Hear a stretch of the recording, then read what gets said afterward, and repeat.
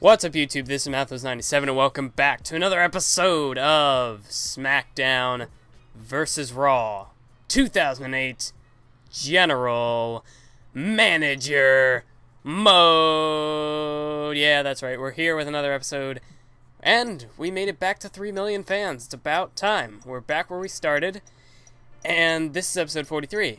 So that's really saying something. We've been in quite, we've been behind the proverbial 8-ball basically the whole series. If this is the first episode you're checking out, and if you want to relive the struggle of managing the ECW brand, then I suggest you go back and check out some of the previous episodes. But those are the rivalries we've got going up to this point, and as you can see, it is the December 31st edition of ECW, which means this is the New Year's episode of ECW, of Smackdown vs. Raw 2008 General Manager Mode. And here is the match card. As you can see, we've gone down through most of the matches. The main event, a triple threat between Sabu, Sandman, and Batista, because that's kind of incorporating two feuds into one, because Sabu and Sandman have been having their differences. And then, of course, the Sabu-Batista feud we saw earlier. But Snitsky wins the Table Fatal 4-Way, beating Undertaker, Edge, and Triple H, while putting Taker through the table as well. In the triple threat match, Sabu gets the win over Sandman. And we're going to go ahead and simulate this singles match between HBK and Elijah Burke with CM Punk and Mr. Kennedy at ringside. And HBK with CM Punk at ringside gets the win over Elijah Burke with Mr. Kennedy at ringside. So that kind of progresses the feud between Kennedy and Shawn Michaels. But now this matchup right here, this matchup is an incorporation of two feuds into one. We've got, of course, the big red machine, Kane, teaming up with the world's strongest man, Mark Henry, to take on the ECW legends, the hardcore legends, Mick Foley and Terry Funk, the team of Funk and Foley. But really, this incorporates the rivalry of Kane and it's Mark Henry and Mick Foley, and then the rivalry of Kane and Terry Funk. Both get incorporated into this one matchup. And it works well because these two rivalries kind of have the same concept behind them. We've got the two ECW originals, Terry Funk and Mick Foley, and then we've got our General Manager Mode originals. Really, the two of the big four, as I like to refer to them as. The four superstars who initially got the main event push back when this whole GM mode started. These were the four that were requested to get to be put into rivalries. One of them was, of course, Chris Masters, who is no longer with ECW. He lost his career.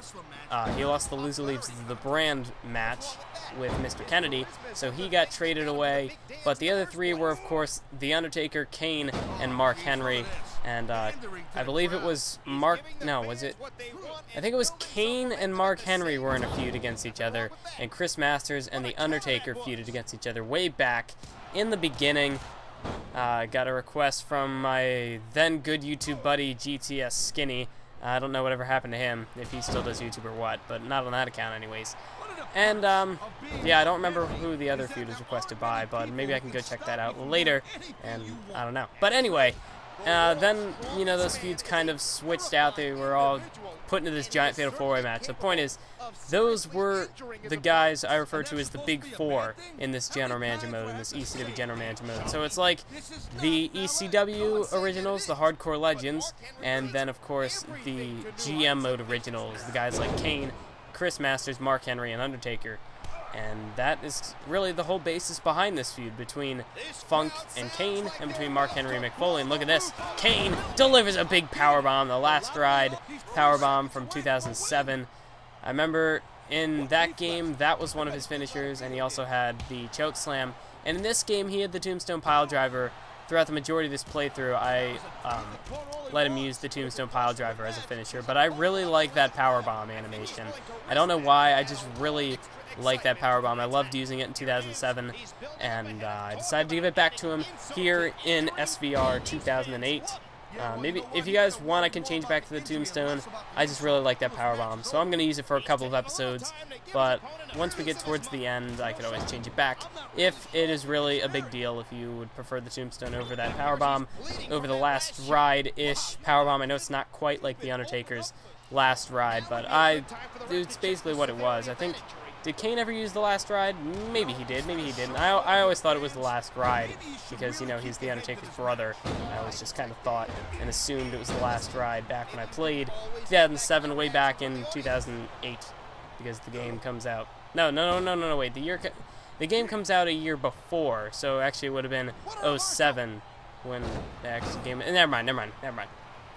But really, 2007 and 2008 were the two games I played a bunch of as a kid, considering they had General Manager Mode, and then 2009 didn't have General Manager Mode, so I really didn't play that game too much.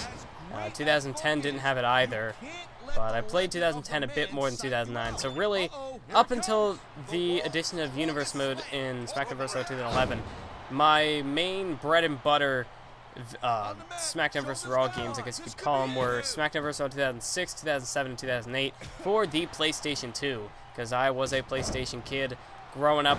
My father had a PlayStation 1, so I played that even a couple of times. Played the old Crash Bandicoot games. Those were always fun to play. And then I moved on to the PlayStation 2. I had that for years. Really, Smackdown vs. Raw 2011 was the first game I played on the PlayStation 3. That was when I made the jump over to the PlayStation 3. Started playing games over there.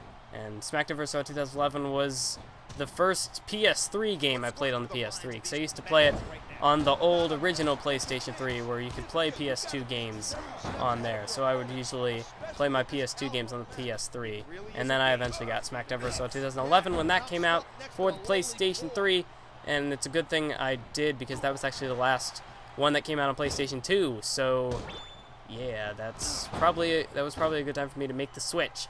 And now it is time to make the switch to the PlayStation 4, which, of course, is going to have WWE 2K15. I'm still hoping I can do that. I should be able to. Just got to save up a little bit more money, and then I will have enough. But as we can see, Kane here going for the cover. There's one, there's two, and there's three. Terry Funk has been pinned, and the team of Kane and Mark Henry have won this tag team matchup, which means it is time to move into the next match. And the final match we're going to be playing, it is the ladder triple threat match between Jeff Hardy, Matt Hardy, and Randy Orton, which, of course, this match incorporates the Jeff Hardy-Matt Hardy rivalry. But Orton has kind of been throwing himself in the mix lately. If we take you back to the ECW No. 1 Contenders Championship Tournament that happened a couple of weeks ago, leading to what eventually became Triple H vs. Batista last week in a steel cage match for the title, which, of course, Batista retained. But if you want to go see that, be sure to go check out that episode. But what happened was there was a match between Triple H and Jeff Hardy, and Randy Orton was there at ringside just to kind of... Well, actually, no, it started when Jeff Hardy faced off against Edge in the semifinal round, and Matt Hardy was at ringside there, so Orton came down to ringside just to kind of balance things out, make sure Matt Hardy didn't get involved. And then there was, of course, the week after, Matt Hardy was at ringside as well for Triple H, so Randy Orton came down to ringside to balance things out once again, make sure Matt Hardy did not get involved in that matchup and cost Jeff Hardy the victory. Not that it mattered in the end, as Jeff Hardy wound up losing the match anyway to Triple H. But that is basically how Orton has been getting himself involved in this feud, and it has ultimately culminated in this ladder triple threat match. Of course, Matt and Jeff Hardy, they are ladder specialists. Specialist also in the TLC match. So, I mean, Matt Hardy and Jeff Hardy, they're right at home in this matchup. And Randy Orton, he's competed in a fair share of Money in the Bank matches, so he should be, you know, I mean, he's even won a Money in the Bank match throughout his career, so he should be in a pretty comfortable position as well. Look at this crossbody onto the ladder, onto Jeff Hardy. And man, do I miss those kind of moves. That was actually a pretty epic move. 2K, bring that back. I'm just kidding. It's not that big of a deal.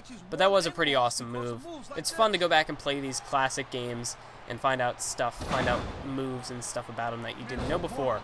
Like a couple of episodes ago, it's probably been at least 10 or so by now, but the Undertaker apron leg drop, I did not know that was in this game until I found out in that episode. So, you know, you learn something new every day. Whether it's important or not, you learn something new every day. So anyway, Matt Hardy tosses Randy Orton down off the top rope. Now he goes up to the top rope himself. Looking for the Matt Hardy leg drop here.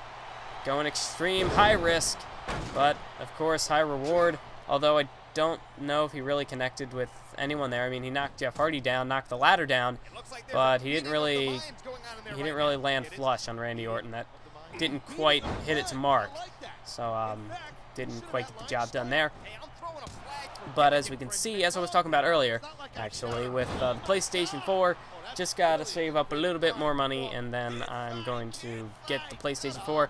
I plan on having it by the time WWE 2K15 is released, and then I will do some WWE 2K15 Universe Mode, which should be fun. I'm really looking forward to the next generation of Universe Mode, as well as the next generation of WWE games, now that 2K can take full control with this year's game. And they haven't really released a whole lot of information to this point. I'm doing this commentary on July 18th, although I know this video is going to be released the very next upload date after Survivor Series, which will be the 29th of July. I'm pretty sure that's a Tuesday. I think I said I was uploading Survivor Series on the 27th, so this will be up to the 29th. So, yeah, this is a pre-recorded commentary, but I don't know. Like I said, with it being summer, I don't know when I'm going to have time to record and when not to. So I kind of have to record stuff when I have the opportunity, which is why I'm recording this a little bit ahead of time. But I haven't done episode 44 yet, so that's going to be hopefully a little while yet. I am getting finally caught up on my Pokemon, why did I forget the name of it? Sapphire Nuzlocke series. I'm finally getting caught up on that. I know at one point it was like 2 months ahead or behind, because I remember the recent video, episode 26, I recorded that literally 2 months before the day it was uploaded. I recorded it in May, it was uploaded July something.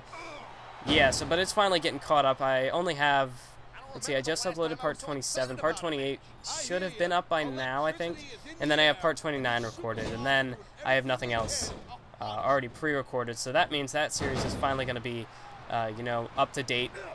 And then this series is basically, I try to record to keep it more current with the commentaries and stuff. And then there's Universe Mode, which really after Survivor Series, I don't have any other commentaries recorded. Although I do have episodes ready to commentate over. So by the time Survivor Series is uploaded, I should have done the commentary from Monday Night Raw. Hopefully, unless I, for some reason, don't have any time whatsoever to commentate. And I just got over getting sick-ish. I mean, like the usual, the common cold sort of thing, just nose problems, throat issues, that sort of thing. So I should be good. I should be good on health-wise, so, I mean, knock on wood. But, yeah, it should be good for then. So hopefully I'll be able to get a couple more commentaries coming out pretty soon. I also have a new idea for a series coming out, and I'm not talking about ECW 2K15. I have another series idea, which is, it's a surprise yet. I mean, the people in UCW, I've already told a couple people what it's going to be. But as for, anyone else who's not in UCW, finally someone goes after the title here. But, for those who aren't in UCW, you're not going to have any clue what it could be, and I'm not going to give any hints. I'm going to make it a surprise until I upload the first episode. But you will enjoy it. You should enjoy it, so just stay tuned for that. Now that it's after Survivor Series, it should be up fairly shortly, unless I decide to hold back on the idea. Jeez. So anyway, as we take a look here, Matt Hardy and Randy Orton up on top of the ladder. Look at this, Matt Hardy, superplex off the ladder, taking Randy Orton down. Jeff Hardy now trying to climb up the ladder, and Jeff Hardy's actually at a pretty good spot right here. He's right under the title, but Matt Hardy can't quite reach it. He's a little bit off center here. Jeff Hardy is, right center of the ring, right under the title, whereas Matt Hardy, he's a bit off to the side. And Jeff Hardy tosses Matt Hardy down off the side of the ladder. Jeff Hardy's got both hands on the title. He's trying to drain it. I mean, even though this isn't a title matchup, this is a ladder match. As we can see, oh no, Matt Hardy's up on top of the ladder, and a superplex, dropping Jeff Hardy to the outside onto the floor. Jeff Hardy could have a broken neck after that fall. And now Matt Hardy looking to go up and grab the title. But is he underneath it? Nope, he's not quite underneath. And he lost his balance and fell off the ladder after missing the title. Even though it's not really a title, and it's not a briefcase. So, I mean, I don't know. There really is no reward for this ladder match. It's just a ladder match, just to kind of add a boost in the ratings, hopefully, for this matchup. I know for some reason in a couple of episodes, superstars' popularities will randomly drop off. Like Batista's popularity, it dropped off last episode before the ECW Championship match, just randomly. So we kind of missed out on some ratings there, but I had to make up for it with making it a steel cage matchup. And then, of course, this matchup, I mean, the rating, what is it called? The popularity for our superstars is doing really well at this point. I think Orton's still at like a 100, and then the Hardy Boys are down around like 91, 92 or so. So, I mean, this is just, I think if it was just a normal triple threat, we'd get a pretty solid, 3.5 stars, but just to kind of get that 4-star rating, because we need to catch up to Smackdown. They're like 500,000 plus fans ahead of us at this point in time. So, I mean, we really got to catch up to them, and we got to try to blow Raw out of the water, especially considering they have their New Year's Revolution excuse me, I don't know what that was, but they have their New Year's Revolution pay-per-view coming up this Sunday, so we got to keep that in mind. We got to put on a really extra special show here heading into the pay-per-view, and then of course we should do the same coming off the pay-per-view as Matt Hardy grabs the title, and he is victorious, although this was not a title match, but he is victorious here in the ladder match. So let's go ahead, check out our ratings, see how we did. Hopefully it was a success. Hopefully nobody's popularity drops off like Batista's did in the last episode. And it looks like we got some expiring contracts here. No one's popularity dropped off, so that's good. Let's go ahead and extend these contracts. We got to keep Edge. We're going to keep Burke because he's in 98 for some reason. His his popularity just dropped, or just skyrocketed for some reason at one point. So let's go ahead. It is January 1st now. We're in the new year of GM mode, heading into WrestleMania. We're about to hit, what do they call it? The road to WrestleMania. It is upon us, yes. Starts with the Royal Rumble. So here we go. We're going to go ahead and check out Raw now. They got a 4-star show rating. So that is not good. That is not good. Chavo's the WWE champion. I don't understand that. But we got a pretty good show rating ourselves, so we should hopefully be able to compete with Raw's ratings. The SmackDown got a 4-star. Ooh, man, they probably deserve this rating. That's actually not a bad show. Don't know why Kenny Dykstra and Bret Hart are the tag team champions and why Marcus Corvan and Helms are feuding for the world title when you would think that'd be where Orton and, you'd think that'd be where Cena and Rock are. I don't understand SmackDown logic, but whatever they're doing is working. So, oh my god, what the heck? Not only did Mick Foley's popularity drop off, but Sabu's as well. Mick Foley's now at 77, Sabu's an 81. We got to bump that up, and we don't have enough time really to get him back to normal before the next show. But we can go ahead and give a Other Brand Invasion, give a +5 popularity boost to each. Maybe we get lucky and get a +8 with Foley. Check out the fan change. SmackDown is down 75,000 fans. That is good to hear, although Raw probably took those because of New Year's Revolution. So, I don't know. It's kind of a bittersweet victory for us there. It's more of a victory for Raw. So, it's kind of a defeat and a victory at the same time. So, anyway, let's go ahead and give Mick Foley a popularity boost. He's now +5, not a +8, which is a bit of a bummer, but, he's back up to an 82. If we just put some higher popularity guys in his next match, should hopefully be able to balance that out. And then, of course, Sabu, he's at the 86. So, like I said, same situation with him. If we put some other higher popularity guys like Orton or Burke in there, we could probably, make up for that. So let's go ahead. 4.5? Are you serious? They didn't even have a 4-star. Why are they getting 4.5? That'd be a very solid 3.5 star. I'd even give them the benefit of a doubt, say it's a 4-star pay-per-view, but not a 4.5. And they even follow it up with a 4-star show rating, which, knowing this game's logic, I guess they deserve that. But, yeah, that's kind of a ripoff. We take a look. We lost 40,000 fans, but that's 30,000 less fans than what SmackDown lost. So, closing the gap somewhat, but Raw is also closing their gap, being in last place, which isn't good. We want this to be, pretty distant. We want to keep Raw out of the runnings. We want to keep it a pretty safe distance away from them, but we also want to try to close the gap with SmackDown. So I guess if it's going to be a tight race between all three brands, we'd prefer that rather than getting blown out by SmackDown, because we're not here to take second place. We're here to win. We're here to take first place in this GM. We're here to be GM of the year. So anyway, I want to thank you all for watching this episode. Make sure to stay tuned for the next one if you enjoyed. Thank you all for watching, and as always, keep on YouTubing.